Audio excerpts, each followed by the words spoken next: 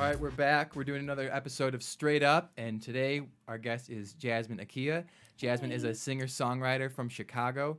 Check out her current single, Like a Drum. You can find it on mymusicpage.com as well as SoundCloud. And Jazmin, you were telling me earlier that you have actually worked with some Grammy Award-winning producers, which is pretty exciting. So up and coming, be sure to check her out. Google her name. I'm sure you're going to find a plethora of information. Yes. Jazmin, what's going on? Hey. I'm excited to be here with some really great guys right now. Just kind of, creating a dialogue surrounding my music and the things that I'm interested in. I've been working on music for a long time. I won't say how many years it's been. But I'm a singer and a songwriter. I would call myself a producer, but I'm still working on that aspect of it. A musician. I've been training for quite a while.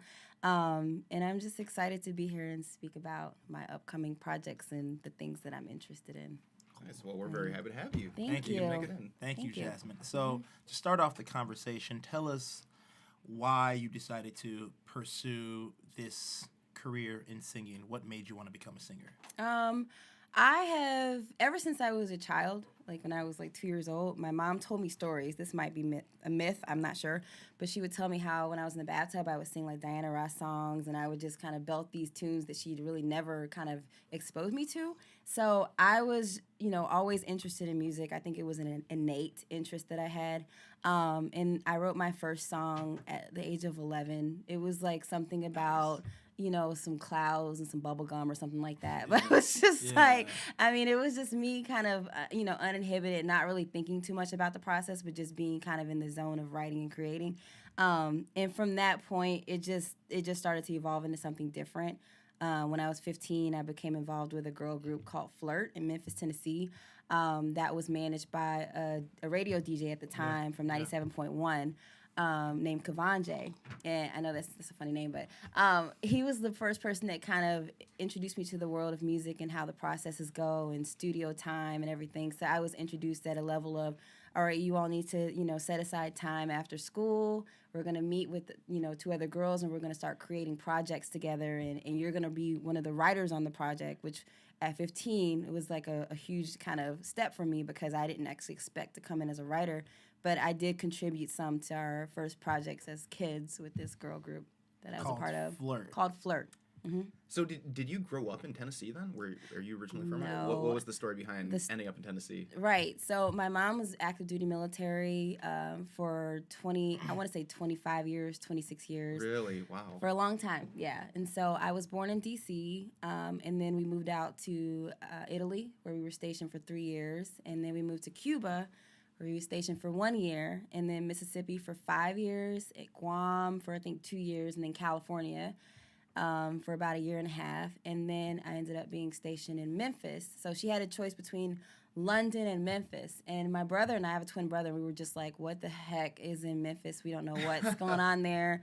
No. We don't want to move there. Besides really gangster rap. Yeah, we didn't really. The food. Yeah, the food is amazing. I mean, don't get me wrong. When I lived in Memphis, there was a lot I did appreciate and take from it. But having been all over the world and being exposed to all these different cultures, and then going to Memphis, the South, where, I was in Mississippi, but then Memphis was when I was like an actual teenager, and I was, kind of evolving and maturing as a young woman. I didn't really know what to expect from Memphis, but it did play a large part in my developing as an artist because I met so many musicians and artists in Memphis. So I've lived all over the world, and Memphis I was brought there particularly because my mom was stationed there through the military. Wow, you've got to be one of the few singers out there who actually leaves Tennessee to go somewhere else. No, I've been everywhere else. Music. So I imagine that world perspective, though, has given you a whole different view on how what music is supposed to be for you. Oh, absolutely. And I was talking to Neil earlier about this, and I do feel like my ability to travel the world and see the world has definitely given me a more of a worldview in terms of who I relate to in terms of demographics. He asked me questions about it, and I just wanted to kind of not say that I pigeonhole myself in terms of just saying, well, I'm only going to relate to this, racial group, or only going to relate to this, type of ethnic background. Like I've been, when I was in Italy, they have an entirely different appreciation for music and especially for American music. And if you listen to them, they don't really care about whether or not you're listening to a black artist or a white artist. They just want to hear music. So one minute you hear Sade, the next minute you hear Madonna, and everyone kind of relates to it on the same level. So it's an appreciation for just good music, you know. And even being a child at 5 years old in Italy, the main thing that we heard was Sade. So, of course, that helped shape me as an artist because Sade, you know, she has such a global presence, but she's someone who is, like, famously not famous. Like, you don't really hear much about Sade, but you know that when she's famous, but she's under the radar. Yeah, when she comes out, she I have sells... to be honest, I've never heard of her. I think. Oh my gosh, Smooth she's an operator. amazing Smooth artist. operator is Sade, right? Sade, yeah. That's what I was gonna say. Smooth operator. Yeah. Oh, okay, yeah. Thank you. You for heard helping of her, out. but you may not know you Coast to Exactly. coast, LA Yeah. to Chicago. I know that one, dude. I love that one. Yeah. She's That's a good one. awesome. And so that's what I was exposed to as a kid. Yeah. So, and you know, and then not only that, but like a lot of Italian music, you know, and then my mom would kind of try to get us exposed to the Italian culture. And out there in Italy, you were family, and it's all about food and music and life and just loving everything that you do. So it definitely helped shape the way that I see music because I don't come at from a perspective of having to target a certain audience. I think that music is universal. And I think that no matter where you go, whether you go to Cuba or Africa or Italy or the United States, everyone can relate to the feeling that they get when they hear a good song. It doesn't matter who you are Ain't that the truth? or where you come from. Fast forward, Jazmin, you've known for more than half your life that you would like to be a singer, and then you decide to go to college to pursue a bachelor's degree to learn the business side Right. of the music industry. So talk a little bit about your collegiate experience. Yes, I studied international business. My mom being active duty military, of course, she wanted me to incorporate the business side of the music industry because it is called the music business for a reason. And I studied international finance. I studied international marketing. I studied everything in regards to how to make this all make sense in terms of from a financial standpoint. Because, I mean, on my leisure time, I did take elective courses in classical music and opera, but I knew that I had to be versed in the business side because a lot of the stuff I was going to handle by myself in terms of documentation, in terms of the legal framework, signing, you know, paperwork, in terms of, like, did you get your copyrights done? You know, is this protected? And in the music industry, if you don't know about that, it's easy to get overwhelmed with sharks. I mean, because people are going to come to you and they're going to assume that you don't know anything. So with a business background, it definitely helped me kind of create a platform and a foundation where it's like a lot of people, you don't necessarily have to be even talented to make it in the business. You have to know the business to make it in the business. Okay. Do you enjoy the savviness it takes you to kind of navigate through the business aspect, or are you just like, I just want to sing? It's gotta be like a rare thing for somebody to have that sort of experience and background going in. I think if I didn't have the savvy, I'd definitely be a lot further than I am now. I mean, let's be honest. Like, if I didn't actually know, Jazmin, don't sign this paperwork because of the fact that it could come back and bite you in the butt 10 years later, then I would have probably signed a lot of documents and been, quote unquote, on, but I might have been broke. You know, like, and that's what happens to a lot of major artists is that they sign paperwork and they sign to a lot of labels and they don't know the ins and outs of the industry and they don't know how to really read the contracts or how to seek representation. So I think sometimes maybe being careful has hindered me because there are certain times when, looking back, I said, if I had signed that piece of paper, I mean, it was pretty much right there where I would have been good. I would have been set. But I know I could have seen down the line where that probably would have screwed me over in the long run. So I think it does it. You take the long road. And I do wish sometimes I could just sing. And that's what I'm doing now, honestly. Like, I just want to sing and just get as much music out there as possible. And I think, like I told Neil before, that's why I want to get my own equipment to produce all of my own material so that I can just crank out music as often as I want to, without dealing with all the paperwork and all the legality of it and who's going to get this percentage if we do. And I don't mind that. But I feel like if I could have ownership of that, then, you know, we do have platforms like social media. If I drop a song tomorrow, I can just drop it. And it's all, you know, produced and created and written by Jazmin. Not, okay, now I have to pull this person to the side and say, hey, remember we did this. How much do you want off this? Are you comfortable with me releasing this? Is this okay? It's a lot of, like, you have to consider everyone on the team. So that's my next step, is to produce my own project, which would be pretty cool. Is that something that's going to happen in the near future? Oh yeah. Oh yeah, once I get the materials, once I get the actual equipment down, that's what I'm working on investing in now. Is just being able to kind of have my own studio and have all of that set in place so that I can crank out material as often as possible. Because I am, at the end of the day, I'm a creator. I don't feel like I am initially a businesswoman. I feel like I'm a creator, initially. And so the more that I can get my hands on this creative process without having to ask other people for permission, I feel like the easier it will be for me to just create at a continual rate where it's like it's just infinite what I could create. Man, that just sounds like the dream right there. So that's one of my favorite songs too. Like I love Like a Drum, and Neil, he has a different favorite, but that's okay. More Than Friends is your best track. And that was the song that got on the radio, right? It was, yeah. See? I mean, no, I'm not. No, seriously. I was telling you that it was my favorite when I met you downtown before I even knew that it was on the radio. Yeah. Seriously, I just have an ear for talent. Yeah. I mean, that's why we're working together, right, You gentlemen? should be a scout. You should go out and scout talent. Actually, are you still going to let me write a song for you? Seriously. So I can just tell people that I'm a songwriter. What are some unspoken rules like in your industry? Oh yeah, How do you absolutely. avoid the Drake and Quincy Miller situation? Right. That's a great question, and I always think that it depends on who you are as an artist and who you are going into the actual creative process. There are some people that want credit for everything, so it doesn't really matter what you discuss. I could have written 5 lines. I could have written half the song.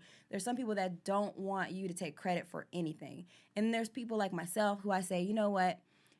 I don't want to have any bad karma on myself. I don't want any, I'm always going to be creating. What's the point of me hogging this shine for just this one song when I could create 1,000 more songs, So I think it's more of if someone's contributing to your success, it's always important to always put that energy out because it's going to come full circle. I can't speak for everyone else, though, because I feel like a lot of people, especially a lot of people who haven't been through a lot in terms of like their life experiences, they may not understand the importance of make this a team effort. They may just want all the attention because it's something that they need to feel better about themselves. I don't know, to feel whole. I don't know, but I'm not at that point. So and I noticed that I attract a lot of people who are like that the way I am. Like they want to, you wrote that one line. Shout out to Jasmine. Like she did an awesome job. And I'm actually attracting people on that same level. And if you decide to be the hog or the person that can't give out the kudos, then you're gonna attract a lot of people that are also on that same vibration. So. Yeah.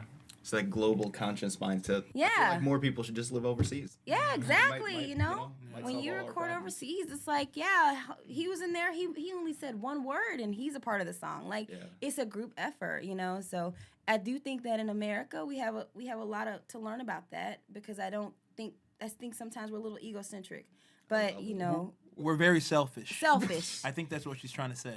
Well, because I see when I listen to an album that I really like or a song, I see online, I'll see an album and the album's got like one song will have like 5 different writers. Oh, The whole album will have like 20 or 30 writers. I'm just like, and from a fan perspective, not understanding the way things work, I'm like, this is so whack. I think it's so much cooler when you just see writer, the artist, and that's Exactly.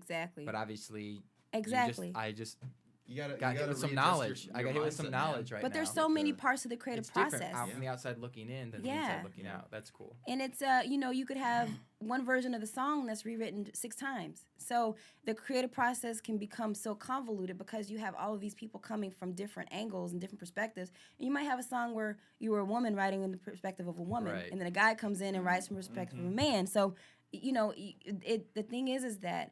And then you have people that create chords, that create the melody, they arrange the music. Like there's so many different parts, and there's so many people that can come in and say, okay, we're gonna include this, we're gonna include the bass, and it changes your entire song. Like, oh my goodness, this brought a whole nother element out. So that's why you might see 20 people on one song or one album because you want. I can see this for bigger albums, bigger projects.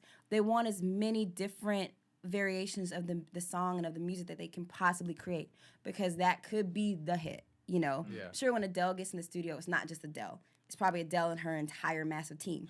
And they say, well, you over there, we wanted you to contribute your idea because this could be the thing that takes Hello to the next level. Right. So you always want to continuously have someone else And the thing about being an artist is, and a lot of people want to go Hollywood and think that they don't need a second opinion, which I think is always a mistake, because you may have someone that is just more versed in this particular area and can say, okay, Jazmin, yeah, your vocals were on point. However, I think that if you incorporate this would, and that constructive criticism could be the one thing that puts you on the next level, and then it makes you grow as an artist. But some people don't want to go there because they think they've got all the answers, and I don't think that music is designed that way. Right. I think it's a continuous process of, like I said, an evolutionary thing. So I've learned a lot over the span of years, so I know that I have tons more to learn. I'm not saying that because I've written all these songs and I've been in the studio all this time and I've done live shows that I have it all down. I feel like I'm going to learn tons more in the next 10 or 20 years,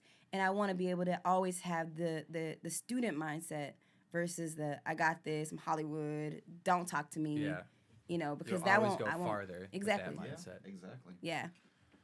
So before we close out, Jazmin, would you like to give us a snippet of your vocal ability? give us some vocals, Jazmin. Sure. Way to just put her on the spot. I know. It's okay. This is great. Side note, you can hear her vocals on SoundCloud and my newspaper. No, she knew it was By coming. the way, yeah, you can check out my SoundCloud. SoundCloud, I think it's / Jazmin Akea. I'll send all the links. You'll have access to all that good stuff. Because I'm probably saying You can just check out this link right Yeah, here. Go right. Like this. We'll have my it in there. vocals are right Yeah. here, Neil. Come on, give them what they want, Jazmin. Come on. All right, so I'm gonna sing a song that's like one of my favorites by In Vogue. Okay. They're a legit girl group. So now I've been talking to you now. Clear my vocals. Look what you did, Neil. You're making I her all know. nervous and all. She got it. I always told myself that we should be more than just friends. I often think that if we move too soon, it will all end. I live in misery when you're not around. And I won't be satisfied till we're taking our vow. There'll be some love making, heartbreaking, soul shaking, love making, heartbreaking, soul shaking. What's it gonna be? 'Cause I can't pretend, no. Don't you wanna be more than friends? Hold me tight and don't let go. Don't let go. You have the right to lose control. Don't let go. Woo! What'd I tell you? What'd I tell you? Thank you. Well done, Jazmin. Beautiful voice. Impressive. Well done. Sitting down is kind of So hard. smooth. That was good. That was Yeah. good. Keep it up, man. Keep I working. felt so warm. Yeah, that's right. That's probably the Yeah. happiest audio recording I think that we've ever had in the past 2 years of doing this. Yeah. That was great. Sitting down creates a little bit of a challenge, but that's fine. Oh, Yeah. It's easier to stand up. 'cause Oh you yeah, it's project always your- easier to like stand up, but Not you. it is what it is. You guys, let me tell you something. One time, she threw a party, right? And we went out afterward to sing karaoke. And she sang Lauryn Hill, Killing Me Softly. And this girl in the crowd started crying. This girl, and I tell this story all the time. real? This girl she was like wiping her eyes. Like, oh my God, like you made that girl reevaluate her life. I definitely want to shout out to all the artists that I have run into, all the collaborations that I've done. I've done music videos, you guys. I've done shows out of the state. I won't say out of the country, I'm sorry, but out of the state. I've been writing and doing this thing for a long time. I think what I would say for anybody who, as a word of advice, for anybody who's interested in pursuing music or acting or, creating their own channel, is that if you're doing it for the money, just get out. Like, if you're doing it just to gain a profit, just get out. But if you're doing it for the love and because it's something that you really love to do and it's something that, like, when you were a kid, you just saw yourself, like, on the stage, you saw yourself, just pursuing this thing that you felt like it was beyond you, just keep going for it and don't listen to the haters. Haters are going to come. Haters are going to hate on this video. Haters are going to hate on the next song that I do. Haters are going to hate on the fact that you didn't do perfectly in a performance. They're going to come, but you're going to always find yourself with that innate drive as long as it's authentic and as long as it comes from you. to continue to pursue your passion, and me and Neil have talked about this a lot, is that your passion, there are a lot of people that sit at the office and they're clicking away, but they're like sitting there and they feel dead. And it's because of the fact that they're not pursuing what was given to them by a higher force to pursue in this lifetime. And I would say music for me has always been like an expression that I've never really been able to put into words. I can't really define it. I can't say that it comes from just me. I think it comes from something bigger. And if you can listen to that voice or just follow that passion and that kind of create a roadmap for yourself, eventually you will become successful. And that success does not have to be defined by, you know, I'm signed to a major label, or, you know, I'm making this many $1 million a year. Success is defined by you pursuing your passions without fail. Just keep going, and you're going to have times where you mess up. Just get back up. You're going to have times where you feel like this is some crap and you need to stop, and you're embarrassing yourself. Just get back up and get better and better and better. And at the end of the day, when you're looking back at yourself at 90 years old, you can say, at least I did it. I went for it. So that's all I got. Man, we can do like another episode just based on the last 30 seconds of what you just said right Sorry, now. I wasn't trying to go too deep, but No, I mean, that was good. that was all I got, you know? It is the embodiment You heard it of first, Yeah. ladies and gentlemen, from Jazmin Akea. Check out her SoundCloud, musicpage.com. Just Yes. Google her name, you'll find her. Jasmine, thank you very much for spending Thank time you. with us today. Of course. Thank you for Thank all for you. listening and asking questions. And as usual, remember to like, comment, subscribe. And that's it for today's episode. Take it easy. Hey, you made it this far in the video. Congratulations. If you like this video, we have plenty more like them. A lot of other interviews. Check them out on our channel, VNR Media. Subscribe below.